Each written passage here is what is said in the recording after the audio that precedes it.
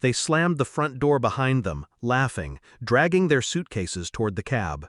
Greece was waiting, they said, a reward for all their suffering. And I, dutiful daughter-in-law, was their solution. I was to stay in this house, spoon-feeding a silent, wheelchair-bound woman who needed me. The lock clicked. Silence. And then the aunt, frail, trembling, rose to her feet. Perfectly steady. Her voice was sharp, almost furious. "I've been hiding. They poisoned my husband for his money. 3 million. They think I'm next." Her words clung to the walls. I didn't answer. I only watched. Because deep inside, I already knew this family was rotten. I met Daniel, my husband, 7 years ago. He was warm, quick to laugh, reckless with generosity. Or so I thought.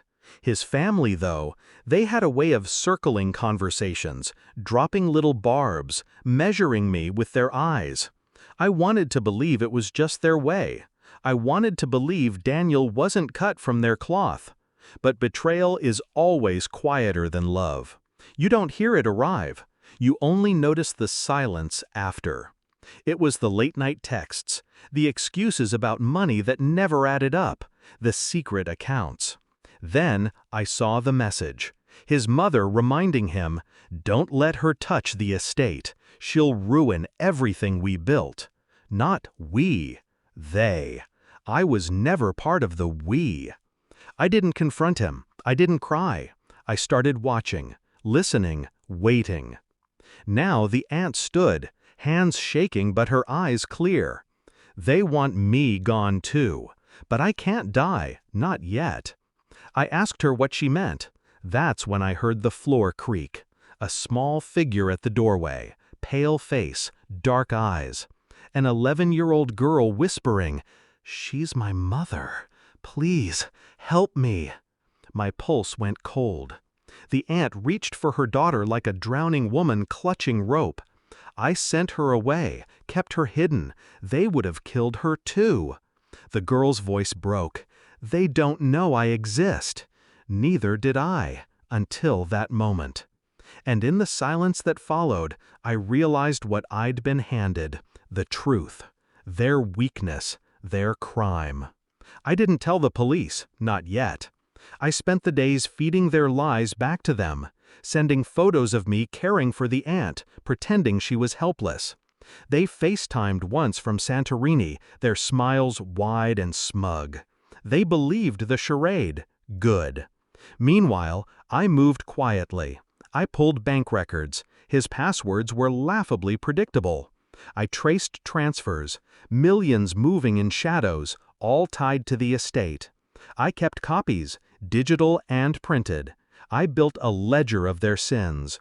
The aunt told me everything. The pills slipped into her husband's drinks, the forged will, the staged medical reports that declared her unfit.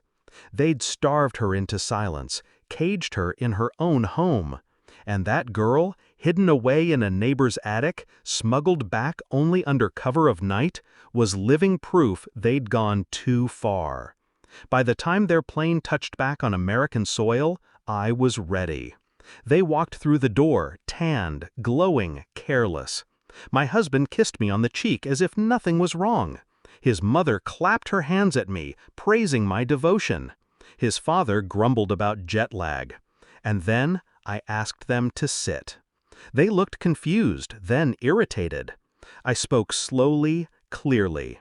I told them about the aunt walking, about the child, about the $3 million that wasn't theirs.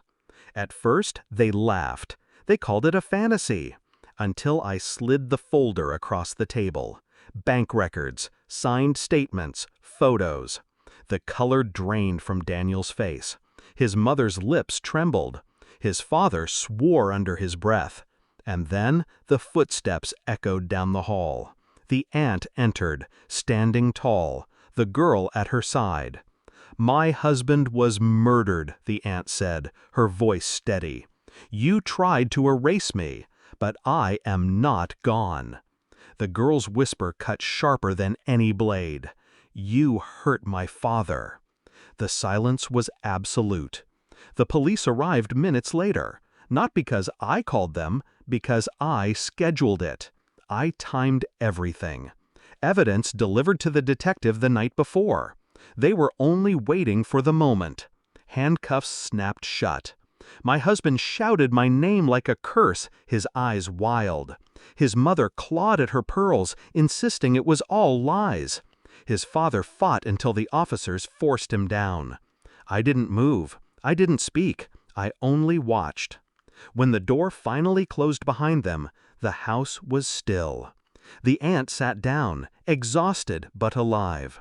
Her daughter curled into her lap, safe at last. I walked to the window, looked out at the street where the police cars had vanished. Betrayal had lived in this house for years. Tonight, it died. And as for me, I wasn't broken. I wasn't grieving. I was free. And I had made sure they would never.